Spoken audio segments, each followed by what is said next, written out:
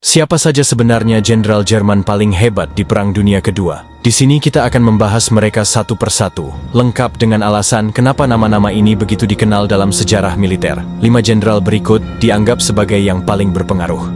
Pertama, Erich von Manstein. Von Manstein adalah salah satu jenderal paling brilian dan sukses pada Perang Dunia Kedua. Ia terlibat dalam kampanye Polandia, Prancis, dan Rusia. Dialah perancang strategi berani untuk menembus Prancis lewat hutan Ardennes, rencana yang akhirnya memberi Jerman kemenangan cepat. Pada 1940, ia dipromosikan menjadi jenderal setelah sukses di Prancis.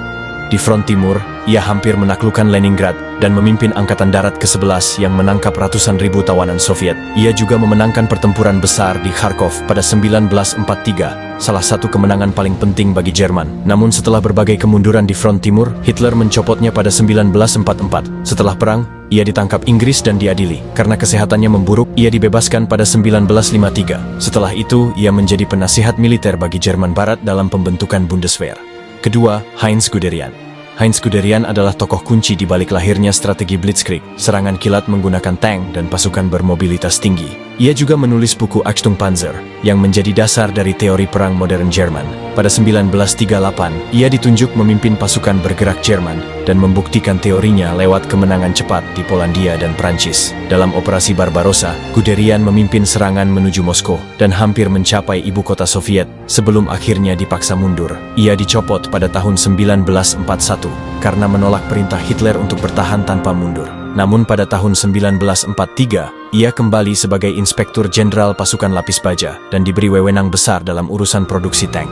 Setelah plot 20 Juli, ia ditunjuk sebagai Kepala Staf sementara Wehrmacht. Namun pada Maret 1945, ia kembali diberhentikan. Setelah perang usai, ia ditangkap oleh Amerika Serikat, tetapi tidak pernah diadili karena kurangnya bukti. Ia akhirnya dibebaskan pada tahun 1948. Ketiga, Erwin Rommel. Erwin Rommel, salah satu komandan paling terkenal dalam sejarah militer Jerman, dianugerahi medali Pour le Mérite berkat prestasinya di Perang Dunia I.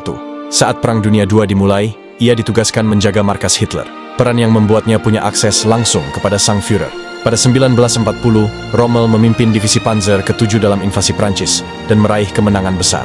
Tahun 1941, ia dikirim ke Afrika Utara untuk membantu pasukan Italia di Libya. Di medan perang ini, Rommel meraih serangkaian kemenangan yang membuatnya dijuluki The Desert Fox. Atas keberhasilannya, Hitler kemudian mempromosikannya menjadi marsekal lapangan. Namun pada Oktober 1942, ia mengalami kekalahan besar di pertempuran El Alamein dan terpaksa mundur menuju Tunisia. Situasi pasukan poros semakin memburuk, hingga pada Maret 1943, Rommel akhirnya dipanggil kembali ke Jerman oleh Hitler. Menjelang invasi sekutu ke Prancis pada 1944, Rommel memperkuat garis pantai dengan berbagai pertahanan. Namun pada 17 Juli 1944, mobil yang ia tumpangi diserang pesawat Inggris, membuat Rommel terluka parah dengan cedera kepala yang hampir merenggut nyawanya. Namanya kemudian dikaitkan dengan plot 20 Juli. Karena statusnya yang sangat dihormati di Jerman, ia diberi dua pilihan, bunuh diri atau menghadapi pengadilan yang pasti berakhir dengan eksekusi serta ancaman terhadap keluarganya. Pada 14 Oktober 1944, Rommel memilih menelan kapsul sianida demi melindungi keluarganya. Keempat, Günther von Kluge. Günther von Kluge, salah satu jenderal paling berpengaruh di front timur, memimpin Angkatan Darat ke-4 dalam invasi Polandia dan pertempuran Prancis, hingga akhirnya dipromosikan menjadi General Feldmarschall. Ia kemudian ikut serta dalam invasi ke Uni Soviet pada tahun 1941. Setelah serangan balik besar Soviet pada Desember 1941, ia menggantikan Fedor von Bock sebagai Komandan Grup Angkatan Darat Tengah. Pada 1943, ia mengalami kecelakaan mobil serius dan harus berhenti sementara dari tugas. Setelah pulih, ia ditunjuk untuk memimpin pasukan Jerman di Prancis pada Juli 1944. Upayanya menghentikan serangan sekutu tidak membuahkan hasil, dan tekanan invasi Normandia membuatnya yakin bahwa Jerman tidak mungkin memenangkan perang di front barat. Meski tidak terlibat langsung dalam plot 20 Juli, ia tetap terkena imbas dari kegagalannya. Pada 19 Agustus 1944, setelah dipanggil ke Berlin oleh Hitler, Günther akhirnya memilih bunuh diri. Dan yang terakhir, Walter Model. Walter Model adalah pendukung kuat ideologi Nazi dan sudah bergabung sejak tahun 1925. Pada tahun 1938, ia dipromosikan menjadi Mayor Jenderal dan memimpin Korps Angkatan Darat 4 yang ikut dalam invasi Polandia pada tahun 1939. Ia kemudian menjadi Komandan Angkatan Darat ke-9 di front timur. Keahliannya sangat berperan dalam perencanaan pertempuran Kurs. Ketika Hitler mulai kehilangan kepercayaan pada para jenderal dari kalangan bangsawan lama, Hitler lalu beralih pada Walter Model, perwira berdarah kelas menengah yang sangat loyal, dan menjadikannya salah satu yang paling ia percaya. Ia dikenal sebagai pemadam kebakaran Hitler karena sering dikirim ke front yang paling kritis. Pada Maret 1944, ia dipromosikan menjadi marsekal lapangan.